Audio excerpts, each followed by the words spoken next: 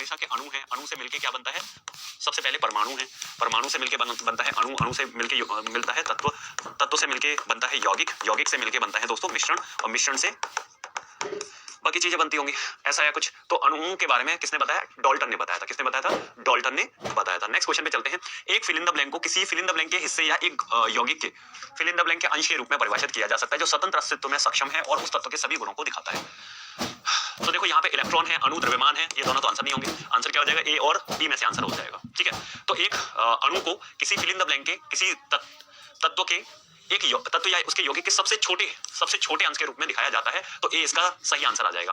अभी मैंने बताया था atom, then molecule, then element, then compound, then mixture, है ना। तो आंसर क्या आ जाएगा, ये सबसे छोटा पार्टिकल होता है। सभी तत्वों के सापेक्ष परमाणु द्रव्यमान फिल इन द ब्लैंक के एक परमाणु के संबंध में पाए जाते हैं।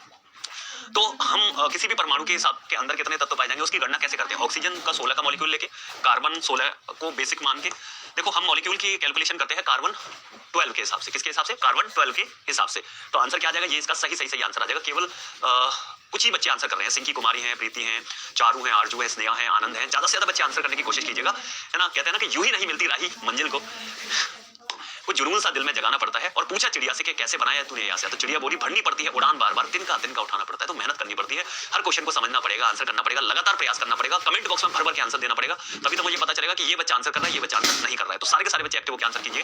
देखो यहाँ पे बता रखा है इसके कितने परमाणु मौजूद है। देखो जैसे H2SO4 के पूछे जाते तो हम कैसे कैलकुलेट करते, हाइड्रोजन के 2 हैं, हाइड्रोजन के कितने हैं, 2 हैं, सल्फर 1 है, ऑक्सीजन 4 है, कितने हो गए 4 2 6 7।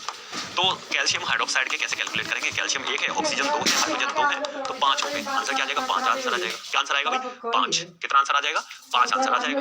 तो आंसर क्या आ जाएगा, सी इसका सही आंसर आ जाएगा। 6 क्यों दे रहे हो आप लोग आंसर, मैंने कुछ गलत कर लिया क्या, 2 तो 4, एक ही तो है, ये 5 ही तो है। नेक्स्ट है CO2 में कार्बन और ऑक्सीजन के द्रव्यमान का अनुपात में मौजूद है। CO2 में तो कार्बन और ऑक्सीजन का देना है, कार्बन का एटॉमिक नंबर होता है 6, इसका होता है 8, मास नंबर होता है इसका 12, इसका होता है 16।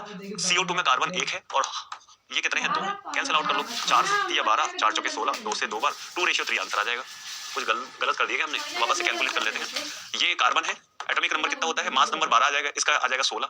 CO2 ये 2 है और ये 1 है, 4 से काटा 4 3 12, 4 चौके 16, 2 से 2 दूनी 4, 2:3 आंसर आना चाहिए भाई। वो तो 4 दिन तो वो है मेरा तो हमेशा क्या हूं लगा 5 रुपए दे, कहाँ गड़बड़ हो रही है, 3:8।